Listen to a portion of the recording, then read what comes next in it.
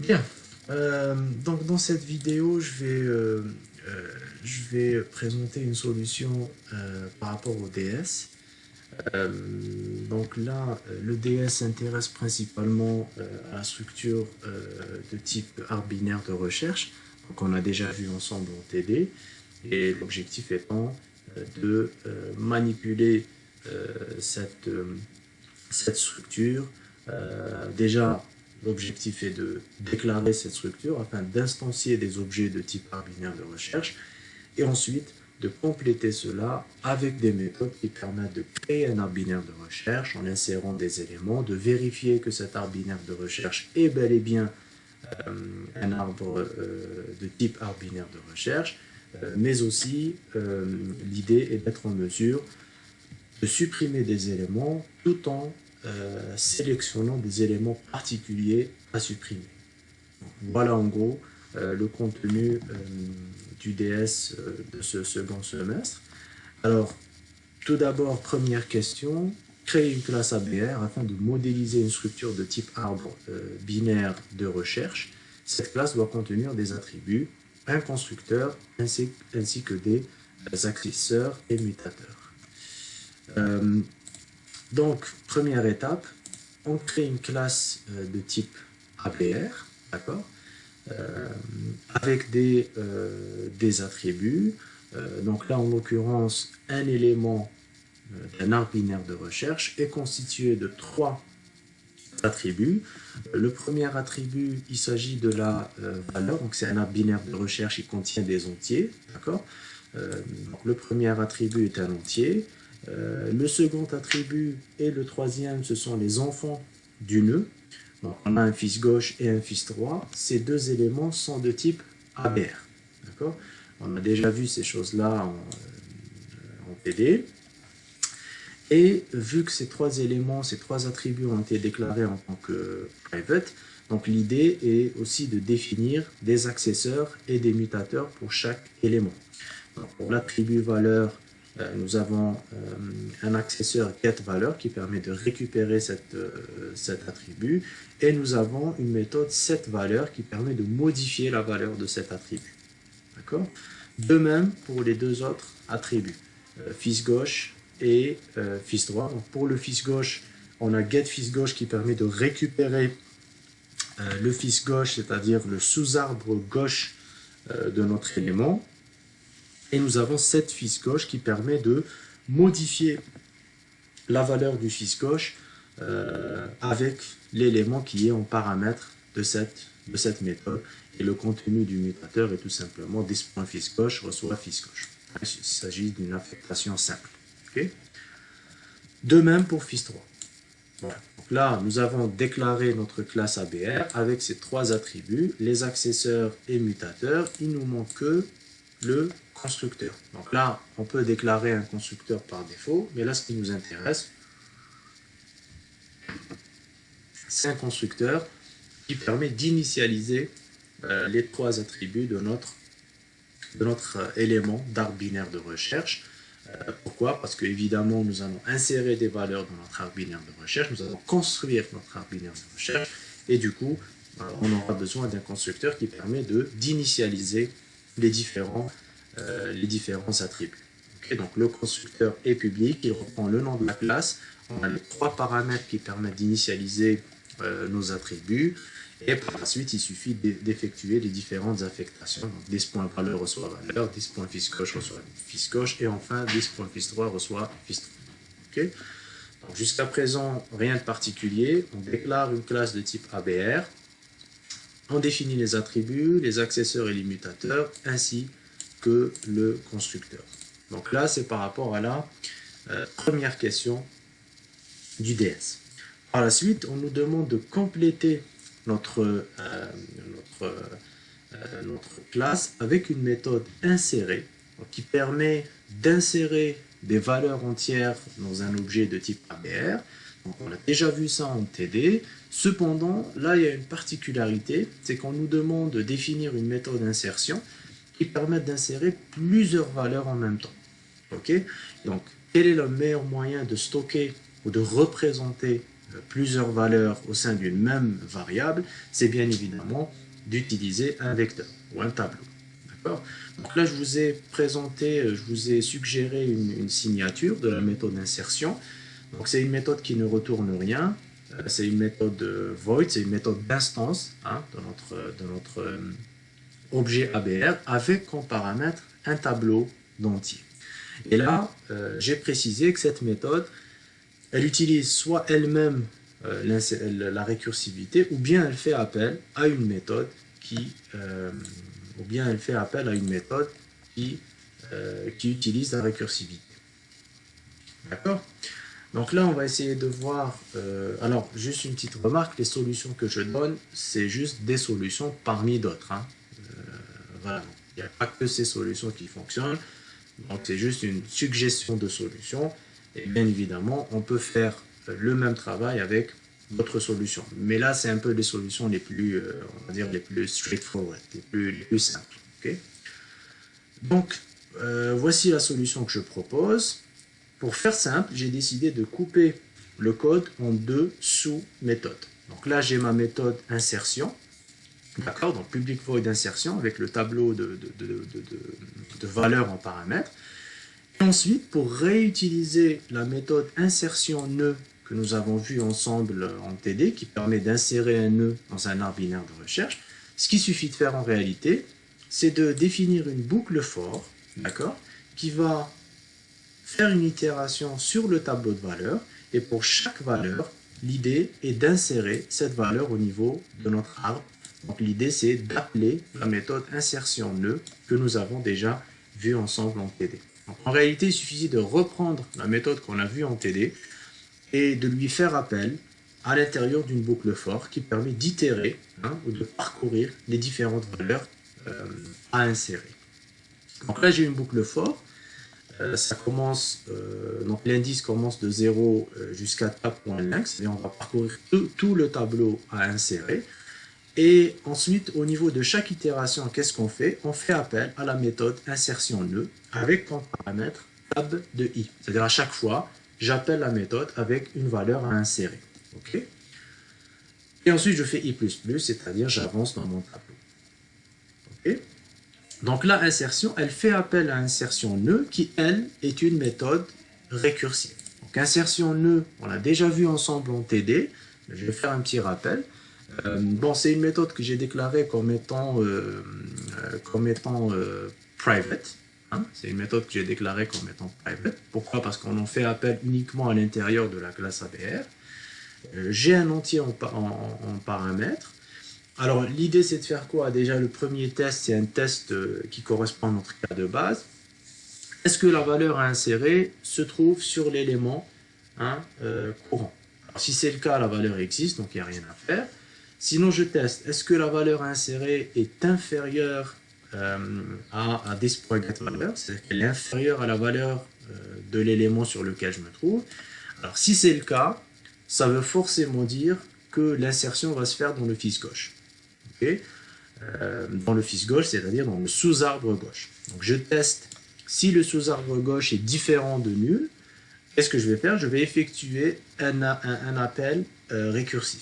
Donc un appel récursif sur le sous-arbre gauche pour continuer à rechercher la localisation exacte de l'insertion dans le sous-arbre gauche. D'accord?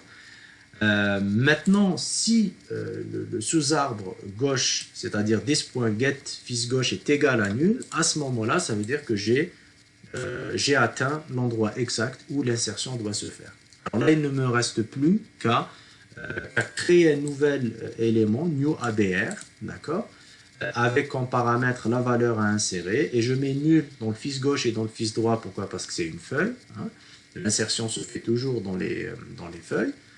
Et j'utilise le mutateur set fils gauche pour affecter ce nouvel élément au fils gauche de l'élément à insérer. Okay. Le second test, en fait, c'est exactement la même chose que pour le premier test, c'est juste que il s'agit d'un traitement qui va se faire sur le sous-arbre droit. C'est-à-dire que si la valeur insérée est supérieure à la valeur de l'élément sur lequel je me trouve. Donc l'insertion va forcément se faire dans le sous-arbre 3. Okay. Voilà. Donc là, c'est la méthode insertion, donc qui permet d'insérer un ensemble de valeurs au niveau de mon arbre. Donc, en d'autres termes, ça permet de construire mon arborescence. D'accord? Troisième question, créer une classe qui contient une méthode main, hein, donc comme on a l'habitude de faire pour tester nos programmes. Dans cette dernière, et en utilisant la méthode insertion, créer un arbre de type ABR qui contient les valeurs suivantes. Alors là, j'ai une question. Questions 4 et 5 sont les mêmes. Est-ce que les questions 4 et 5 sont les mêmes? Écrire une fonction récursive. Non, ce ne sont pas les mêmes. Alors la question 5 permet de tester le code de la question 4. Voilà. Bien, on reprend on reprend la solution. Donc là, l'idée, c'est donc de créer une méthode main. Dans cette dernière, et en utilisant la méthode d'insertion, créer un arbre de type ABR qui contient les valeurs suivantes. Donc on va créer un arbre de type ABR et on va utiliser la méthode d'insertion afin de construire cet arbre avec les valeurs suivantes. Là, j'ai créé une nouvelle classe que j'ai appelée DS, vous pouvez l'appeler comme vous voulez, mais le plus important, c'est d'avoir une, comment est-ce qu'on appelle ça, une méthode main. Okay. Donc, au niveau de cette méthode, j'ai déclaré un tableau entier qui va contenir toutes les valeurs à insérer. Okay. Ensuite, ce que j'ai fait, j'ai créé la racine, d'accord, la racine de mon arbre avec le premier élément 66. Et ensuite, il ne me reste plus qu'à insérer le reste des valeurs au niveau de mon arbre. J'ai déclaré une variable ou un objet de type ABR que j'ai appelé arbre. Je l'ai instancié, new ABR, et ensuite je fais arbre.insertion. Alors maintenant, tout dépend. Si vous avez créé une fonction insertion qui permet d'insérer les valeurs à partir de nul, c'est-à-dire sans que l'arbre ne contienne une racine, là, il n'y a pas lieu d'insérer la racine. On insère directement les valeurs. Ben, sinon, c'est pas grave, vous créez la racine et ensuite vous appelez votre méthode d'insertion qui permet d'insérer le reste des éléments. Ok. Donc là, voilà, il n'y a pas grand-chose à faire. On déclare l'arbre, on instancie, d'accord. Et ensuite, on appelle la méthode d'insertion. Je rappelle, la méthode d'insertion est une méthode d'instance, ce n'est pas une méthode statique, et du coup, on en fait appel via un objet. Bien, donc ça c'est la question 3. Voilà, je pense qu'on a fait le tour. Bien, maintenant qu'est-ce qu'on nous dit? On nous dit qu'afin de vérifier qu'un arbre est bel et bien de type ABR, on préconise un affichage des valeurs en utilisant un parcours infixe. Donc les nombres affichés doivent être en ordre croissant pour confirmer que l'arbre est bel et bien de type ABR. Alors là c'est intéressant, pourquoi? Parce qu'en fait le parcours infixe, si vous vous rappelez bien, donc l'idée c'est que lorsque j'utilise un parcours infixe, qu'est-ce que je dois faire? Je commence par le fils gauche, hein, le sous-arbre gauche, j'affiche le sous-arbre gauche, ensuite je traite la racine, j'affiche la racine, ensuite le sous-arbre droit. N'oubliez pas qu'un arbre binaire de recherche, le fils gauche est inférieur à la racine, au père, et le père est inférieur au fils droit. Donc si j'utilise cet ordre pour afficher mes valeurs, alors là c'est évident que je vais avoir le résultat de l'affichage va se faire avec un ordre croissant. Alors là, j'ai dessiné à la va-vite l'arbre qui représente les valeurs qu'on vient d'insérer. Hein, et vous remarquez que si je fais un affichage infixe, c'est-à-dire je commence par le fils gauche, c'est-à-dire ici, le fils gauche, quand je vais le plus à gauche, ça commence par 0. D'accord. vous remarquez que si je fais un affichage infixe, je vais me retrouver avec une, comment dirais-je, un ordre croissant d'affichage. Donc ça va commencer par 0, ensuite 4, ensuite 9, ensuite 10, etc. Donc un affichage infixe, si l'arbre est un arbre binaire de recherche, j'aurai un affichage des valeurs à ordre croissant. Donc un affichage de type infixe, en réalité, permet en quelque sorte de vérifier qu'un arbre est bel et bien de type ABR. D'accord? Donc, dans un premier temps, on va créer cette méthode affichage croissant, d'accord? Et ensuite, on va l'exécuter pour vérifier que notre arbre ou l'arbre qui a été inséré est bel et bien, l'arbre qui a été créé, pardon, est bel et bien un arbre de type ABR. Affichage croissant, c'est un parcours infixe, donc je crois qu'on a déjà vu ça ensemble. L'idée, c'est de faire quoi? C'est d'utiliser un appel, d'utiliser la récursivité. Donc, qu'est-ce que je fais? Si le fils gauche, si je ne suis pas encore arrivé à la fin, je continue à faire des appels récursifs. Donc, je continue à avancer dans l'arborescence de mon ABR.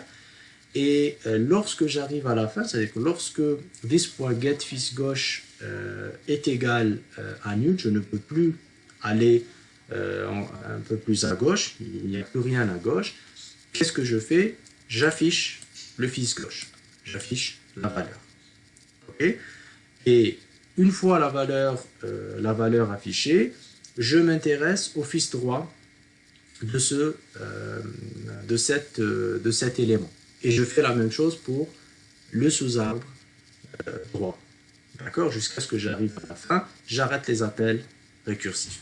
Donc lorsque je fais un affichage de type infixe sur un arbre binaire de recherche, les valeurs doivent avoir un ordre croissant. Donc ça permet de vérifier qu'un arbre binaire de recherche l'est bel et bien. Okay? Donc là, maintenant, ce qu'on va faire, je crois que c'est la question 5, vérifier que l'arbre créé est de type ABR en utilisant la méthode affichage croissant. Donc là, c'est ce qu'on va faire. Donc on a créé notre arbre. Et là, maintenant, ce que je fais, il suffit de afficher notre arbre en utilisant un parcours infixe. Donc là, ce que je vais faire, je vais juste mettre en commentaire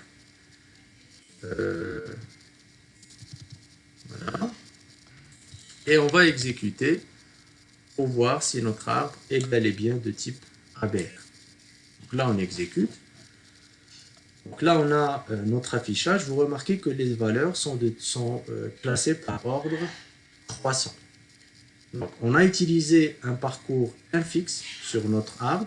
Les valeurs sont croissantes, ce qui veut dire que notre arbre a bel et bien cette forme, c'est-à-dire qu'il est bel et bien de type arbre binaire de recherche. Donc, toutes les valeurs à gauche de la racine lui sont inférieures et toutes les valeurs à droite de la racine lui sont supérieures. Donc, un parcours infixe, je traite le fils gauche, ensuite je traite la racine et enfin je traite le fils droit. C'est ce qui permet de donner un affichage croissant. Okay? Je traite, pour résumer la récursivité, donc je traite le fils gauche, je traite la racine et enfin je traite le fils droit. Okay? Bien, donc ça c'est la première partie du TP, enfin, du DS. Là on va entamer la seconde partie du DS. Donc, au niveau de cette seconde partie, ce qui est intéressant, j'ai inventé un concept, donc c'est le concept du chiffre non C1. Hein, donc c'est un concept imaginaire. Un chiffre non C1 est dit non C1 si la somme, pardon, un nombre non C1 est dit non C1 si la somme de ces chiffres est inférieure ou égale à 10. Okay? Donc si je prends par exemple 35, la somme des chiffres du nombre 35 c'est 8. Alors 35 est bel et bien non C1. Okay? Par contre si je mets 39, 3 plus 9, ça dépasse 10, et du coup, 39 n'est pas un chiffre non C1. Première question, écrire une méthode qui permet de vérifier si un nombre est non C1 ou pas. Ok? Donc là, je vous donne la signature de notre méthode. Donc là, j'ai défini une méthode statique. Donc c'est une méthode qui vérifie quelque chose, donc elle nous retourne un booléen, et elle a une valeur en paramètre. Il s'agit de vérifier si cette valeur est nancéenne ou pas. Alors là, c'est la même suggestion que je donne pour la question 2. C'est-à-dire, je vous dis, soit la méthode nancéen doit être récursive, ou bien elle fait appel à une autre méthode récursive. Okay. Donc on va essayer de voir ensemble une des solutions. Vous n'êtes pas obligé d'apporter la même solution. Voilà, isNancéen. Alors moi, ce que je fais, j'ai divisé le travail en deux méthodes. Donc, il y a une méthode nombre-chiffre qui permet de faire quoi? Qui permet de me donner la somme des chiffres. Bon, j'aurais dû l'appeler somme-chiffre, hein, c'est plus parlant. Donc ça donne la somme des chiffres d'un nombre. Okay, donc si je vous donne 35, cette méthode va me retourner 38. Pardon, si je donne 35, cette méthode va me retourner 8, 3 plus 5. Alors je fais comment pour calculer la somme des chiffres?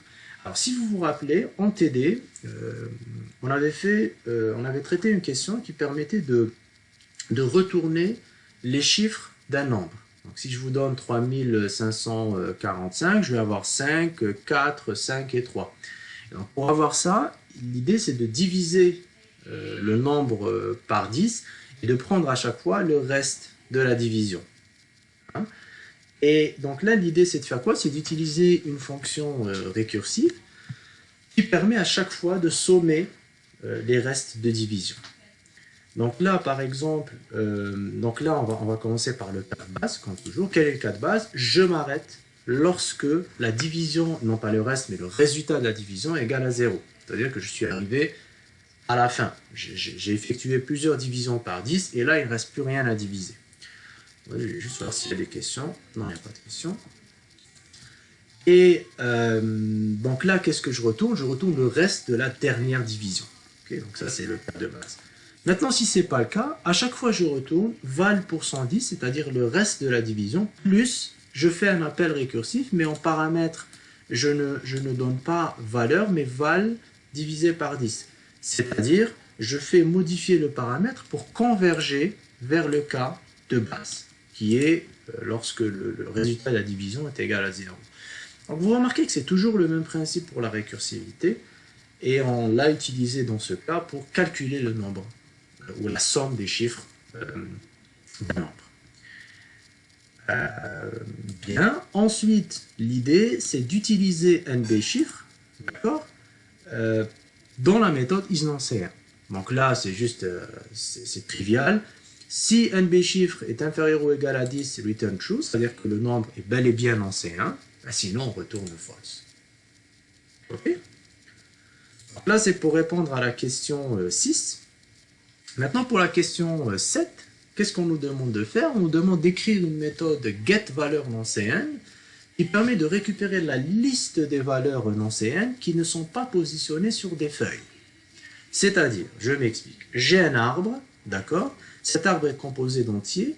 Certains entiers sont nancéens, d'autres ne le sont pas. Donc moi, il me faut une méthode getValeur nancéenne qui me retourne toutes les valeurs entières nancéennes, mais seulement celles qui ne sont pas positionnées sur des feuilles. C'est-à-dire que s'il y a des valeurs nancéennes sur des feuilles, ça ne m'intéresse pas. Okay? Je veux récupérer que les valeurs nancéennes qui se trouvent dans des nœuds internes, qui ne sont pas des nœuds, qui ne sont pas des feuilles, tout simplement. Donc, voici la signature que je propose. Donc c'est une méthode de statique qui permet de faire ça, avec deux paramètres, donc l'arbre en question, et une ArrayList. Bon, j'aurais pu utiliser autre chose.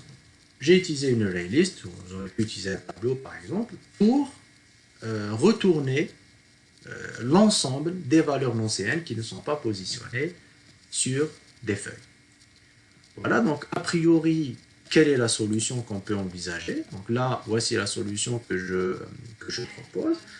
Alors, là, ce que je fais, tout simplement, vous n'êtes pas obligé, encore une fois, de donner la même solution, mais moi, ce que je fais un parcours infixe. Hein, vous auriez pu faire un autre type de parcours, hein, c'est pas nécessairement un parcours infixe ou infixé. Qu'est-ce que je fais? Donc, je fais un parcours infixe qui va me garantir de parcourir tous les éléments de l'arbre, et ensuite, lorsque je traite un élément, au lieu de faire un affichage simple comme on avait fait avec la méthode affichage, je vérifie si la valeur est non-CN ou pas. Donc ça, c'est le premier test. If is non-CN arbre.getValeur. Alors, si la valeur n'est pas non-CN, je ne fais rien. D'accord? Maintenant, si la valeur est non-CN, qu'est-ce que je fais? Je m'assure que cette valeur n'est pas positionnée sur une feuille. C'est-à-dire, je dis si arbre.getFisDroit est différent de nul ou bien arbre.getFisGauche est différent de nul, c'est-à-dire si au moins un des deux n'est pas égal à nul, ça veut dire que je ne suis pas positionné sur une feuille et du coup, je vais prendre en considération cette valeur arbre.getValeur. Alors, comment prendre en considération cette valeur? Il suffit de l'ajouter dans ma liste. List.add, list.add, à chaque fois. Okay? Voilà, donc le principe de getValeur non-CN est assez simple. Donc ça, c'est pour la question 7. Alors pour la question 8, qu'est-ce qu'on nous demande de faire? On nous demande d'écrire une méthode supprimer tout non-CN qui permet de supprimer d'un arbre toutes les valeurs non-CN qui ne sont pas positionnées sur des feuilles. Alors j'ai un arbre de type ABR, j'ai une méthode qui permet de récupérer les valeurs non-CN à supprimer, il ne me reste plus qu'à les supprimer. Donc là, la signature, j'ai décidé de proposer une méthode statique, hein, avec comme paramètre un ABR. Hein. Et comme résultat, on aura cet arbre binaire qui sera dénué des valeurs non-CN qui ne sont pas positionnés sur des feuilles. Là, encore une fois, c'est juste des choix. Vous aurez pu définir une méthode qui retourne, par exemple, un arbre. Alors là, j'ai décidé de retourner le résultat dans le paramètre, hein, par adresse, et vous aurez pu effectuer d'autres choix. Ce n'est pas un problème. Alors là, on va essayer de voir la solution ensemble. Voilà. Alors, voici la méthode. Supprimer tout non-C1. D'accord? Alors, là, ce que j'ai fait, j'ai déclaré un objet de type list, hein, un objet de type list, et j'ai fait appel à la méthode getValeur non-CN, hein, qui va me retourner la liste des valeurs non-CN à supprimer dans le paramètre list. Donc là, c'est un passage par adresse. Et encore une fois, vous aurez pu faire en sorte que getValeur non-CN retourne un objet de type list. Hein, c'est des choix à faire. Ensuite, une fois la liste récupérée, qu'est-ce qu'il me reste à faire? Il ne me reste plus qu'à écrire une boucle for et à appeler la méthode rechercher et supprimer pour chaque élément de la liste. Okay? Pourquoi est-ce que j'ai opté pour cette solution? En fait, pour réutiliser les codes qu'on a vus en TD. Donc, ensemble en TD, on a vu cette partie de code, c'est-à-dire les trois méthodes qui permettent de supprimer un élément d'un arbre binaire de recherche. Donc, pourquoi réinventer la roue? Pourquoi ne pas utiliser les codes déjà existants? Donc là, on a vu rechercher et supprimer ensemble. On a vu supprimer racine. Bon, je vais faire un petit rappel maintenant, c'est pas grave. Et on a vu la méthode dernier descendant. Donc là, dans la méthode supprimer tout non C1, il suffisait de récupérer la liste des valeurs à supprimer et ensuite, dans une boucle, de faire appel à la méthode rechercher et supprimer. On a vu ensemble. Okay? Donc, petit rappel, la méthode rechercher et supprimer, c'est une méthode qui prend en paramètre la valeur à supprimer et l'arbre sur lequel on effectue les différents traitements.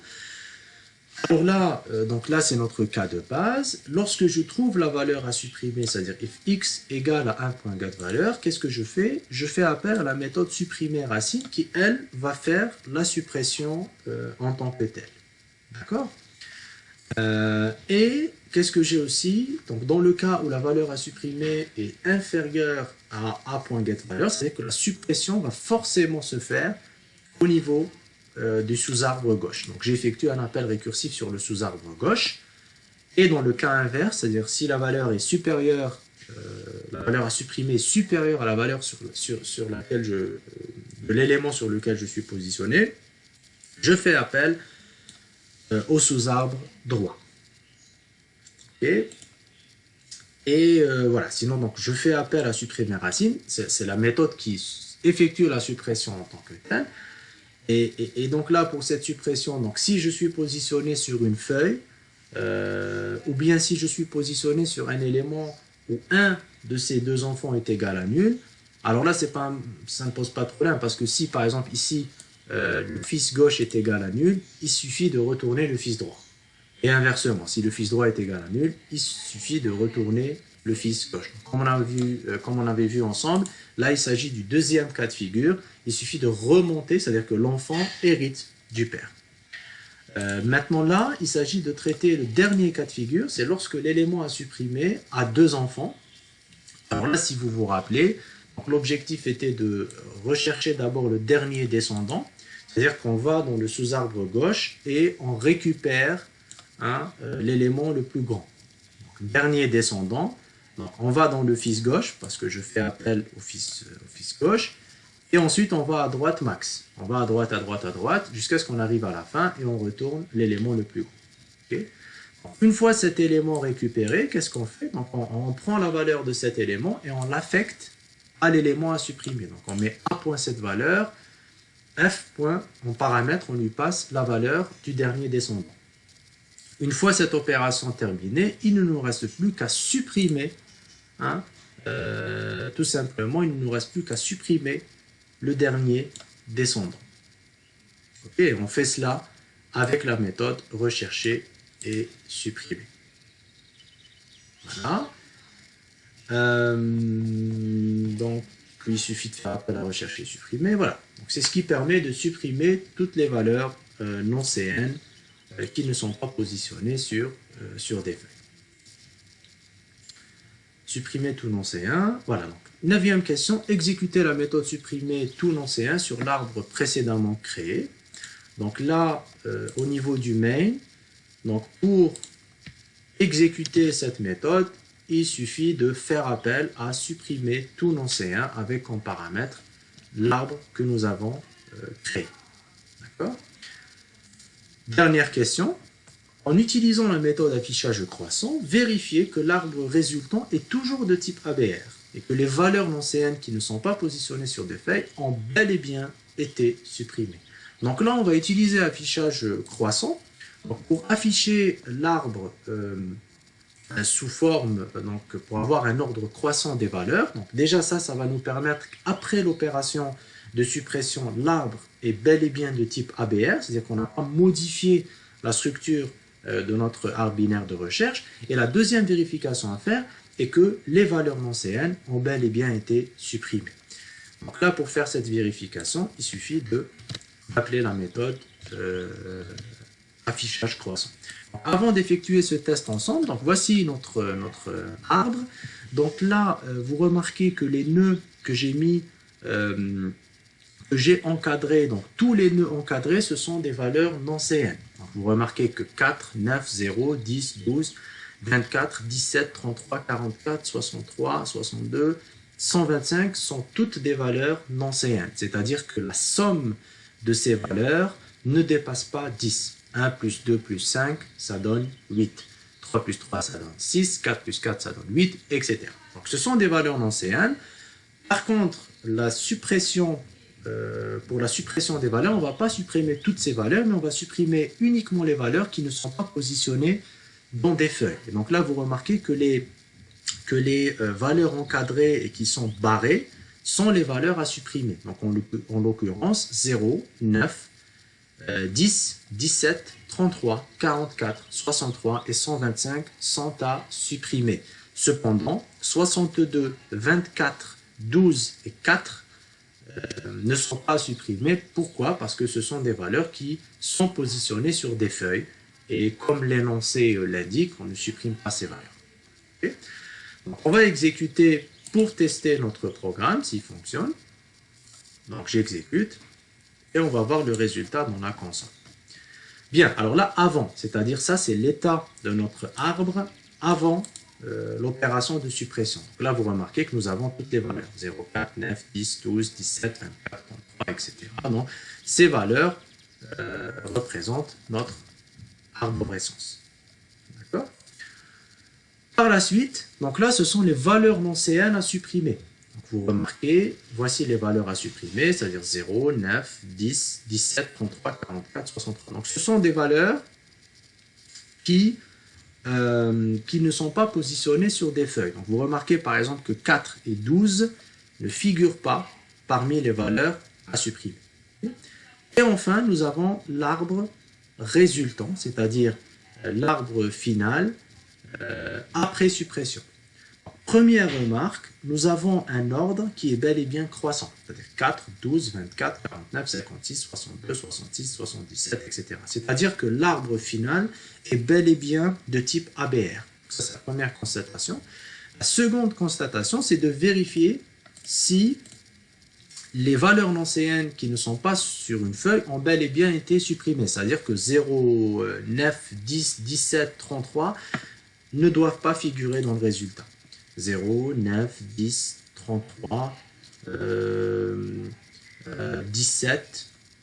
Voilà. Donc vous remarquez que toutes ces valeurs ont été supprimées. 33, 44, 63 et 125. Ces valeurs ont bel et bien été supprimées. D'accord? Donc voilà une des solutions que vous auriez pu proposer.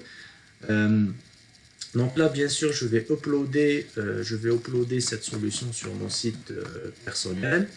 Et bien évidemment, vous pouvez, n'hésitez pas à poser toutes vos questions sur ce DS.